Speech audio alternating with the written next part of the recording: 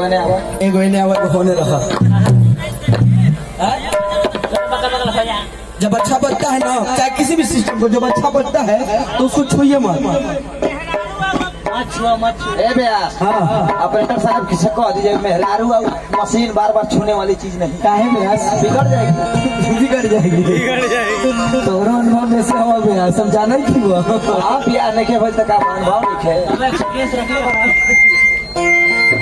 वो रख ले बड़ू का।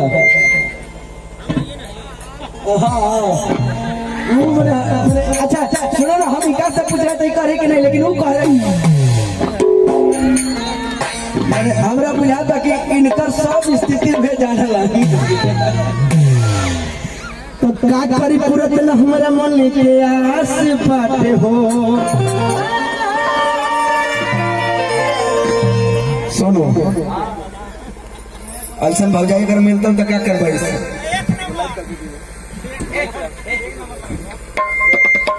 अरे जो भैया ठीक न रही, एक नंबर पे ऐसे मान लो सखी बाड़ी।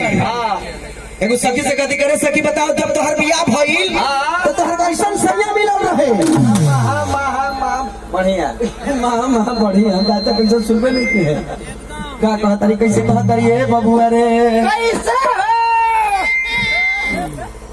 काहे राजा कहा तारी कि का करी पूरा दिन हमरा मन के आस बाटे हो। बाकी हमरा बलम के न होते एहसास बाटे हो कि तेरे गनी के गाट जैसा होरे की करला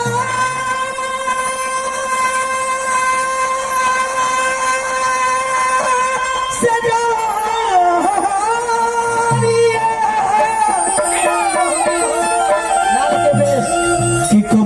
बड़ा जान हो कत बरदास बाटे हो ना जी। टेंशन मत लो, जल्दी पहुंचाता नहीं कोरोना। देखो अब कोरोना खत्म हो गया, सब कोरोना के नाम मत लो। कोरोना खत्म हो गया, जल्दी 12 दिन के बाद कोरोना की स्थिति चलल बा धीरे धीरे ना जी। कह तरीके से अरे तगबना से पहले ये राजा जी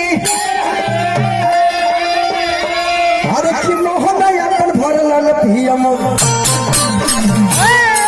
कृपया दूरी बनाए रखें, कृपया प्रदूषण ना फैलाएं। मैंने प्रदूषण लग रहा है ना ना जी।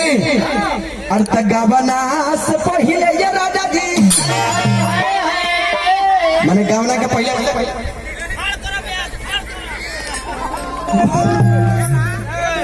खाए हो के ले लो फोटो, सबके वीडियो कर लो।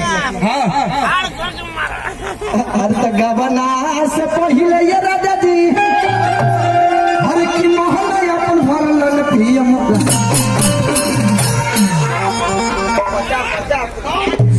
के दूरी बनाए रखें।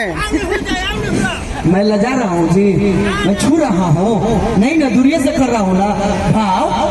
हर तगबना से पहले ये राजा जी अरे कि मोहन अपन भरल पियम।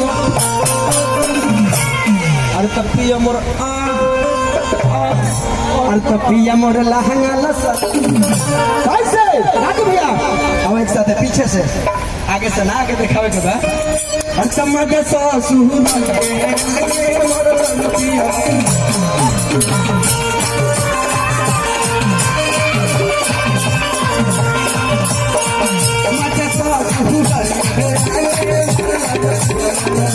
सासू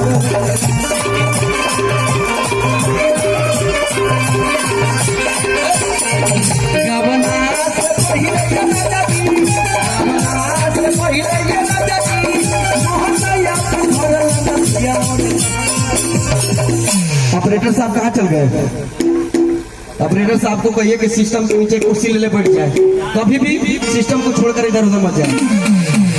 नहीं वैसे नहीं करना चाहिए क्योंकि अब पब्लिक है, पब्लिक का मूवमेंट है। जब कार्यक्रम बढ़िया होने लगता है तो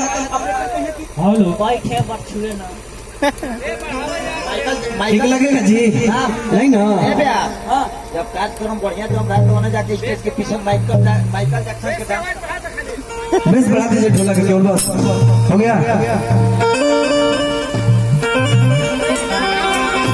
हेलो हेलो हेलो चल रहा है, चला अरे तपिया मोर लहंगा लसर तपिया मोर लहंगा लसर कैसे अत मजा सासु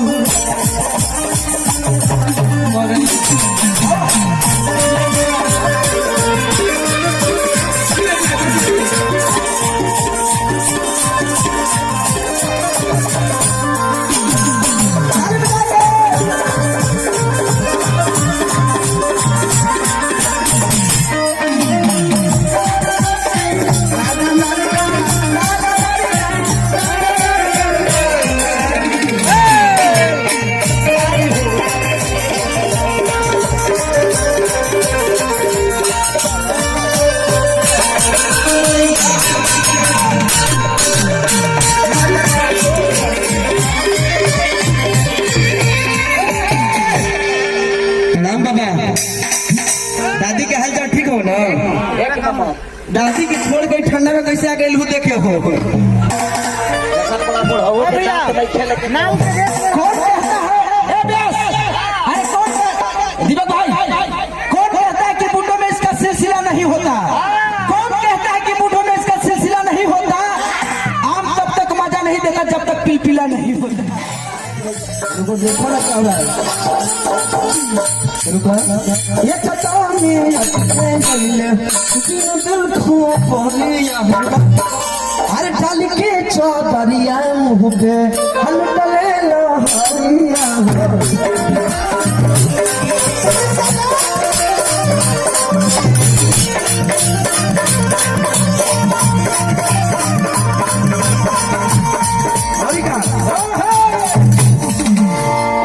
चढ़ली जवानी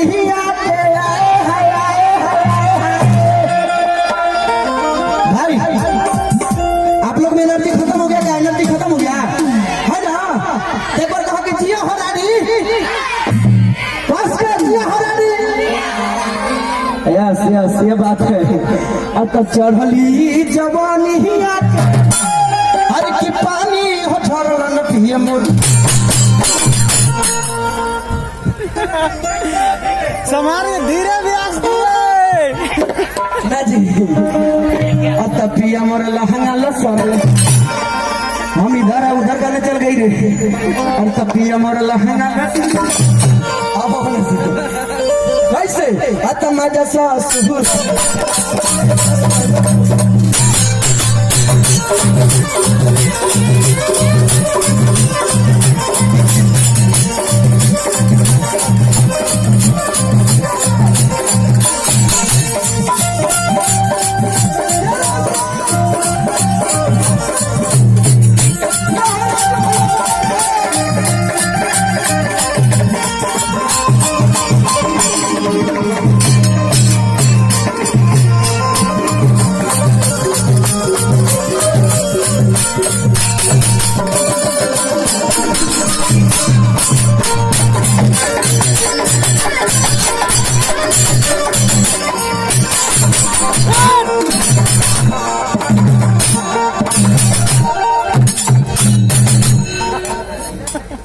हमारे आदरणीय बड़े भैया गर्जन विशाल भैया को प्रणाम है मेरे तरफ से।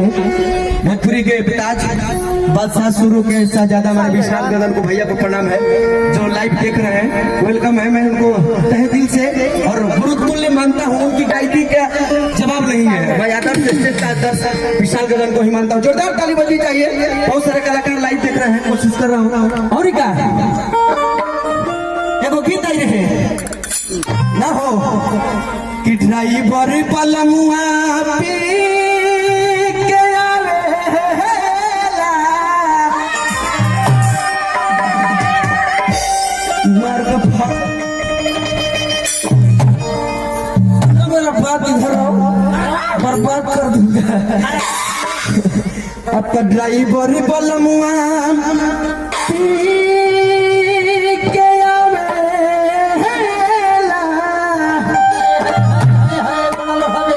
रोज ए सखिया कैसे सखिया से कर रहे हो? कोई दिक्कत होता है क्या? लम्बा परेशान करता है क्या? नहीं हाँ होता है, मैंने गलत फील होता है ना। अत ड्राइवर बलमुआ ठीक आवे तो रोज नौक झोंक करे, तो रोज नौक झोंक करे राजा हो मारे